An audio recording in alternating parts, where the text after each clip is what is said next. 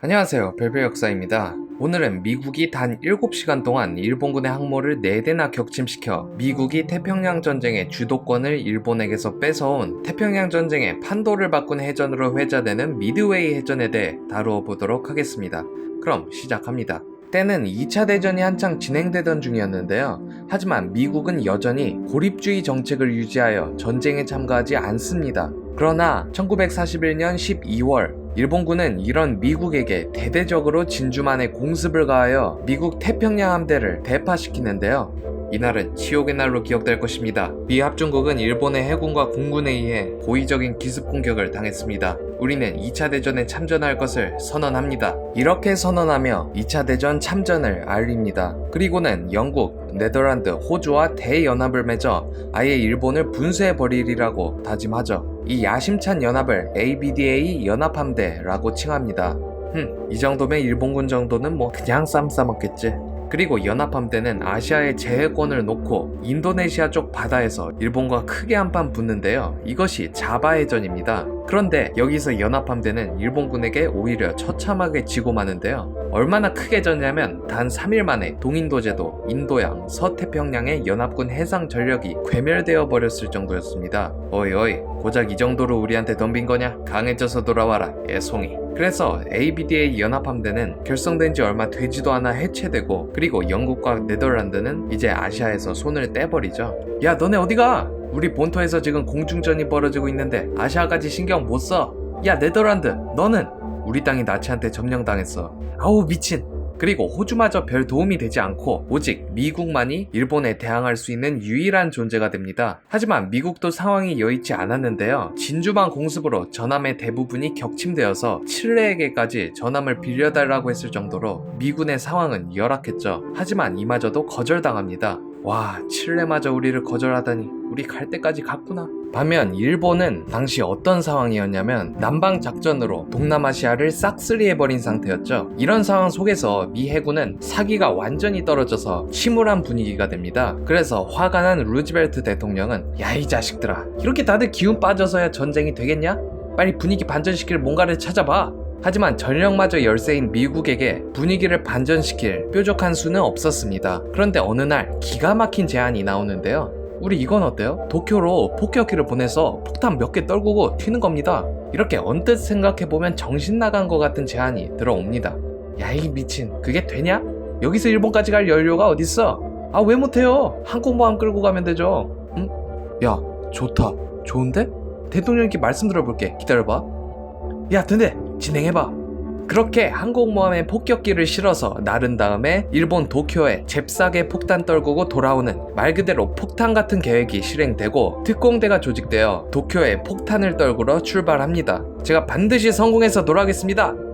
그리고 이것은 기적적으로 성공하여 일본 가옥 수백 채와 일본의 여러 기타 시설들을 폭격하는 데 성공합니다. 이것을 작전에 참여한 특공대원 둘리틀의 이름을 따서 둘리틀 공습이라고 하죠. 물론 폭격기 일부가 폭탄 조금 떨군 것 뿐이라 일본군의 피해는 거의 없다시피 했지만 수도 도쿄가 직접 폭격당한 탓에 전 일본 열도는 엄청나게 충격을 받습니다. 우리 성스러우신 덴노 폐하가 계신 도쿄에 폭탄이 떨어지다니, 도대체 우리 해군은 뭘 하고 있는 거야? 이 충격의 정도는 우리나라로 치자면 북한이 갑자기 서울에 와서 청와대 근처에 폭탄 몇 발 떨어뜨리고 도망갔다는 소식을 들었을 때 정도였을 것입니다. 한편 미국 측은 와 일본 놈들 저거 수도가 그냥 뚫리네. 오케이 빌 받았어. 이 전쟁 계속 해보자. 태평양 함대 다시 부활 가자. 한편 충격받은 일본에서는 이대로면 안 돼. 저 미국 놈들이 또 도쿄로 오면 그걸 못 막은 우리 일본 해군의 위신이 땅에 떨어지게 된다. 게다가 육군 놈들이 우리를 무시할 게 뻔하고. 그렇다면 이번 걸 만회하려면 미군 저놈들을 먼저 괴멸시켜야 돼. 그리고 일본군 해군의 총지휘관 야마모토 이소로쿠 제독을 중심으로 일본 해군은 미군 기지를 대대적으로 공격한다는 엄청난 계획을 세우게 됩니다. 어디를 공격해야 우리 해군의 위신도 세우고 미국 저놈들한테도 치명타를 입힐까? 고민 끝에 야마모토 제독은 공격 목표를 미드웨이 섬이라는 미군 기지이자 태평양의 요충지로 정합니다. 그리고 공격 계획은 일사천리로 진행되고 마침내 야마모토 제독은 태평양 각지의 일본 해군에게 미드웨이를 대대적으로 공격할 것이니 준비하라고 통신을 보내죠. 그런데 이 통신문은 미국에 의해 감청됩니다. 제동님, 감청 결과 일본군이 대대적인 공격으로 온다고 합니다. 뭐? 어디로 공격이 온단 말이냐? 그게 대대적인 공격이 올 거라는 것까지는 해독했는데 어디로 공격할지를 아직 해독하지 못했습니다. 일본군 통신은 암호로 이루어져 있었는데요. 해독 결과 일본의 통신문은 AF를 공격할 것임 이라고 되어 있었는데 그 AF가 어디인지를 알 수가 없었던 것이죠. 그래서 그걸 두고 미국 내에서도 의견이 분분했습니다. 오직 미 태평양 함대 사령관인 체스터 니미츠 제독만이 그곳이 미드웨이라는 것을 정확히 예측했었죠. 내가 생각하기에 그곳은 미드웨이다. 하지만 다른 의견들도 많았는데요. 아니야, 하와이야. 야, 알주산 열도야. 심지어 영국은 그곳이 인도양 부근일 거라고 예측하기도 했죠. 그래서 정확히 어디를 막아야 할지가 막막했습니다. 그런데 이때 미군 중령 로슈포르가 기가 막힌 계책을 내는데요. 제가 좋은 생각이 떠올랐습니다. 제 말대로 한번 해보시죠. 일본 놈들을 낚시하는 겁니다. 그 계책이 뭐였냐면 일부러 미드웨이 기지에 교신을 날리고 일본군이 그것을 듣도록 유도한 뒤 일본군이 과연 미드웨이를 암호로 뭐라고 번역하는지를 보자는 것이었습니다. 미군은 그것을 받아들여서 미드웨이 기지의 해수 담수화 장치가 고장났다, 수리가 필요라는 교신을 일부러 일본군 측에서 듣도록 평문으로 보냅니다. 그리고 이후 일본군의 반응이 아주 월척인데 미국에서 미드웨이 기지에 교신을 보냈다. 해수 담수화 장치가 고장났다는군. 본부에 이걸 전달해야겠어. 어디 보자. 미드웨이가 암호명으로 AF니까. 이렇게 생각하고 일본군 본진에 AF에 해수 담수화 장치가 고장났다 라고 교신을 보냅니다. 그리고 미군은 이걸 감청했죠. 이렇게 미군은 AF가 미드웨이라는 걸 알아냅니다. 야, 로슈포르, 너 천재다. 오케이, 그러면 미드웨이 막자. 하지만 암호가 해독된 것이지 여전히 전력상으로는 미군이 열세였습니다. 공격 위치를 안다 해도 막아내기에는 여전히 버거웠죠. 한편 일본군은 실전에 앞서 마지막 준비 단계로 모의 전투를 하기로 합니다. 전쟁 영화에서 지도 위에 배 모형들 깔아놓고 시뮬레이션을 해보는 장면은 많이 보셨을 텐데요. 그것이 모의 전투입니다. 그런데 이 모의 전투에서 일본군은 너무 자만한 나머지 이상한 짓을 하게 되는데요. 자, 모의 전투 시작하자. 홍군, 너가 미 해군 측이고 나 청군이 우리 일본 함대 측을 맡는다. 그런데 의외로 모의 전투에서 일본의 항공모함 3척이 미 함대에게 격파되어 버린다는 결과가 나오게 됩니다. 그런데 일본군 함대 역할을 맡은 청군 측의 참모장 우가키라는 사람은 빠가야로, 우리 항공모함이 그렇게 쉽게 격침될 리가 없잖아. 침몰 안 했다고 쳐. 이렇게 모의 전투 결과를 조작해버립니다. 미국 따위가 일본의 항공모함을 격침시킬 수는 없겠지라는 엄청난 자만심에서 나온 행동이었습니다. 그런데 항공모함이 격침된다는 결과가 나왔다는 것은 진짜로 그렇게 될 수도 있다는 의미잖아요. 그래서 제대로 된 군대라면 이런 결과에 경계심을 가져야 하는데 홍군 측이 어떻게 반응했냐면 하긴 그렇겠죠? 미국 놈들이 우리 항공모함을 3척이나 격파할 리가 없죠. 자, 그러면 아이코, 저희 당했습니다. 우리 대일본군의 승리입니다. 오히려 거기 적극적으로 동조해버리죠. 일본군이 이랬던 반면 미군 측은 우리는 지금 모든 면에서 열세이다. 그러니 우리는 무슨 수를 써서라도 저놈들을 이겨야만 해. 동원할 수 있는 방법은 다 동원해라. 어떻게든 이기려고 온갖 일을 다 했는데요. 파손된 항공모함인 요크타운을 급하게 수리해서 억지로 전력에 포함시켜 가면서까지 미드웨이의 함대를 끌어모았고 계속해서 감청을 하여 일본군의 모든 교신을 다 파악하고 있었습니다. 한편 그와는 대조적으로 일본군은 출항을 앞두고 자신들의 계획을 다 떠벌리고 다녔는데요. 일본 군함의 승조원들은 자만심에 빠져서 야, 나 가기 전에 우리 집 주소 미드웨이로 바꾸고 간다. 가면 편지 거기로 보내. 개꿀잼? 이렇게 떠들고 다녔던 것이죠. 그래서 이것을 들은 미국 스파이들마저 어이가 없어 했고 영국 측에서는 이것이 기만작전이라고 생각할 정도였습니다. 야, 이거 페이크 아니야? 페이크가 아니고서야 어떻게 저렇게 자기들 가는 곳을 다 떠벌리고 다닌다는 거냐? 미드웨이 공격하는 게 아니네. 우리는 지원 못해줘. 물론 일본 해군 제독 야마모토 또한 미군이 일본군의 움직임을 파악하고 있다는 것을 알고 있었지만 무슨 자신감인지 대수롭게 생각하지 않았습니다. 어차피 우리가 이김.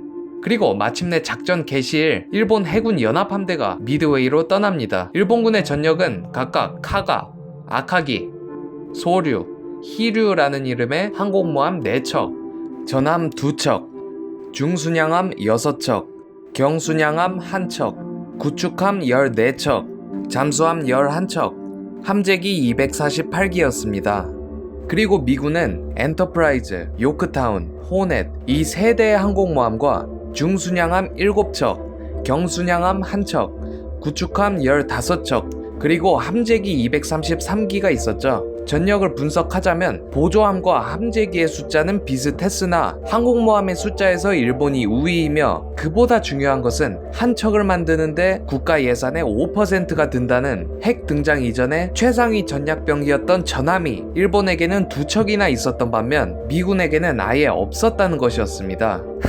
쟤네 전함 없어서 칠레한테 빌리려다 퇴짜 맞았다면서? 가소로운 것들. 자, 전 해군 출격 개시하라. 하지만 미군은 그 사실을 뼈저리게 알고 있었기 때문에 대비에 철저히 해서 일본군이 올 때까지 계속해서 미드웨이 주변을 정찰하죠. 그리고 미군 정찰기가 마침내 1942년 6월 3일 오전 9시 미드웨이로 오는 일본군을 발견하면서 미드웨이 해전에 막이 오릅니다. 제동님, 일본군이 930km 떨어진 해상에 나타났습니다. 그리고 미 태평양 함대 사령관 니미츠 제독은 공격을 명령하죠. 이제 전투 시작이군. 어떻게든 먼저 우리가 피해를 줘야 한다. 폭격기를 출동시켜라. 이렇게 미군은 일본군을 발견하자 아예 먼저 기습하는데요. B-27 폭격기 부대를 출격시켜 선제 폭격을 가합니다. 일본군은 예상치 못했던 기습이었죠. 그런데 문제가 있었으니 뭐가 떨어지는데? 아, 폭탄이었어. 근데 쟤네 한 대도 못 맞췄네? 뭐야, 한 대도 못 맞췄어? 야, 이 미친. 폭격기가 떨군 폭탄들이 한 대도 맞지 않은 것이었습니다. 그래서 니미츠 제독은 어이가 없어서 야, 어뢰라도 쏴봐. 그렇게 배가 많은데 한 대도 안 맞는 게 가능하냐? 그래서 PBY 카탈리나 비행정을 동원해 이번에는 어뢰를 발사합니다. 그러나 일본군은 유조선이 경미한 손상을 입었을 뿐 별다른 피해는 없었습니다. 그래서 일본군은 자신만만해지죠. 역시 쟤네 별거 아니네. 야, 이 기세로 미드웨이 기지 다 털어버리자. 그리고 6월 4일 새벽 일본의 항공모함에서 일본의 그 유명한 제로센 전투기가 출격하여 미드웨이 기지를 공격합니다. 그리고 압도적인 공세에 미드웨이 방어군은 전원 대피하기로 하죠. 아, 이건 너무 많다. 어쩔 수 없다. 대공포 부대만 남아서 대공 사격하고 나머지 수비대는 방공호로 대피하라. 제로센 전투기의 공격에 힘입어 일본군은 미드웨이 기지의 경납고, 탄약고, 수도관을 완전히 파괴해버립니다. 그러나 일본도 피해가 꽤 있었으니 공습 뒤 손실을 조사해보니까 뭐? 전체 항공기의 22%가 손상을 입었다고? 예, 제동님. 공중 격추된 거 얼마 없지만 심각한 피해를 입은 항공기가 워낙 많아서요. 우리는 미드웨이 2차 공격도 가야 하는데 일이 약간 꼬였군. 바로 미드웨이에 미리 짜여진 방공망에 일본군의 항공기가 많은 피해를 입었던 것입니다. 그러자 미군 측에서는 이제 반격을 준비하는데요. 그래도 일본군에게 일정량의 피해는 입혔다. 이제 우리가 반격할 차례다. 그리고 이제 미국 비행대의 대대적인 반격이 시작되는데요. 미국 비행대는 TBD 데버스테이터로 구성된 뇌격기 대대, F4F 와일드캣의 전투기 대대, SBD 돈트리스의 급강화 폭격기 대대가 있었습니다. 그리고 미군은 3개의 항공모함으로부터 도합 152기의 항공기가 출격하여 반격에 나서는데요. 마침내 미드웨이 해전의 하이라이트가 되는 미군의 대반격이 시작되는 것이었습니다. 그러나 이렇게 총공세를 펼친 미군이었지만 이 총공세는 미군의 경험 부족으로 인해 죽음의 공세가 되어버리게 되는데요. 과연 이 공세는 무슨 결과를 낳았는지, 그리고 그렇다면 미군이 어떻게 그것을 극복하고 일본의 항공모함을 4척이나 격침시켜서 미드웨이 해전을 승리로 이끌 수 있었는지는 다음 편인 미드웨이 해전 2편에서 다루도록 하겠습니다. 이 영상은 이 역사의 색이라는 책을 참고하여 제작되었는데요. 이 책은 1850년부터 1950년까지 세계의 역사적인 사항을 담은 수백 장의 흑백 사진들을 일일이 자료를 고증해 알맞은 색을 입혀서 컬러로 복원하여 담은 책입니다. 이 영상을 준비하면서 이 역사의 색 책에 있는 2차 대전 복원 사진들도 보았는데 기존에 보던 흑백 사진들은 흑백이라 약간 현실과는 동떨어져 보였는데 컬러로 보니 정말 이 전쟁이 실제로 일어났었구나 라는 현장감이 들더라고요. 또한 흑백 사진으로만 접하던 히틀러, 처칠 등 다양한 역사 인물들도 컬러로 복원되어 있고요. 2차 대전 외에도 많은 근현대의 역사적 사진들이 컬러로 복원되어 있어서 역사적인 사건을 현장감 있게 느껴보실 수 있으니 역사에 관심 있으신 분들 누구시든지 재미있게 읽으실 수 있을 것 같습니다. 오늘 영상은 여기까지입니다. 지금까지 시청해주셔서 대단히 감사드립니다. 별별 역사였습니다.